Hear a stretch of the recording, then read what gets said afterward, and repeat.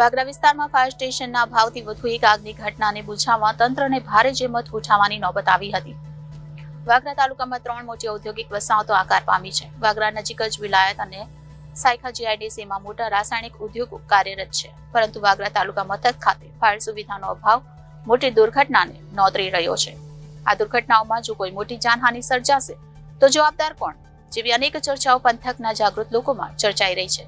સેંકડો ઉદ્યોગો હોવા છતાં ફાયર સ્ટેશન ન હોવાથી લોકોમાં ભયની સાથે સરકાર સમક્ષ પણ આક્રોશ જોવા મળી રહ્યો છે.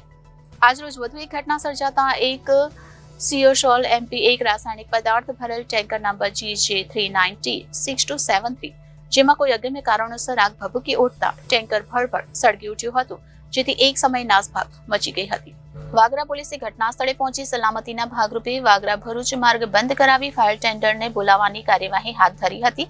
તેમજ બનાવવાળી જગ્યાએ સળગતા ટેન્કર ઉપરથી DGVCLની હાઈ ટેન્શન લાઇન પસાર થતી હોય માટે સલામતીના ભાગરૂપે વિસ્તારનો વીજ પુરવઠો પણ બંધ કરાવવાની ફરજ પડી હતી. ઘટનાની જાણ થતાં જ વાગરા GEBના કર્મીઓ પણ ઘટના સ્થળે દોડી આવ્યા હતા.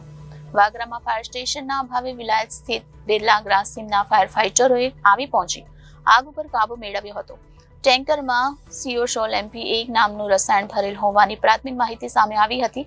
જો કે આ કયા કારણસર લાગી હતી તે અંગે વધુ વિગત સાંપડી ન હતી. પોલીસ કાર્યવાહી બાદ સમગ્ર જાણકારી સામે આવી શકે તેમ છે.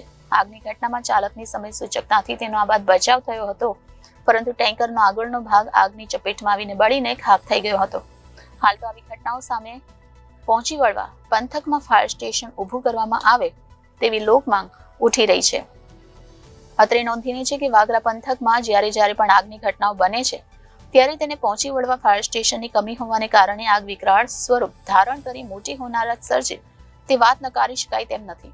થોડા સમય પહેલા જ વાગરાના ચીમન ચોક વિસ્તારમાં એક કેબિનમાં આગ લાગી હતી, પરંતુ વાગરામાં ફાયર સ્ટેશનની સુવિધા ઉપલબ્ધ ન હોવાને કારણે ગેલ ઇન્ડિયા કંપની તેમજ ગ્રાસિમ કંપનીના ફાયર ટેન્ડરો આગ બુઝાવવા પહોંચ્યા હતા, પરંતુ ફાયર ટેન્ડર પહોંચે ત્યાં સુધી તો આગે કેબિનને બાળીને ખાક કરી નાખ્યું હતું અને આજની આ ઘટનામાં પણ ફાયર સ્ટેશનની ખામી વર્તાઈ હતી.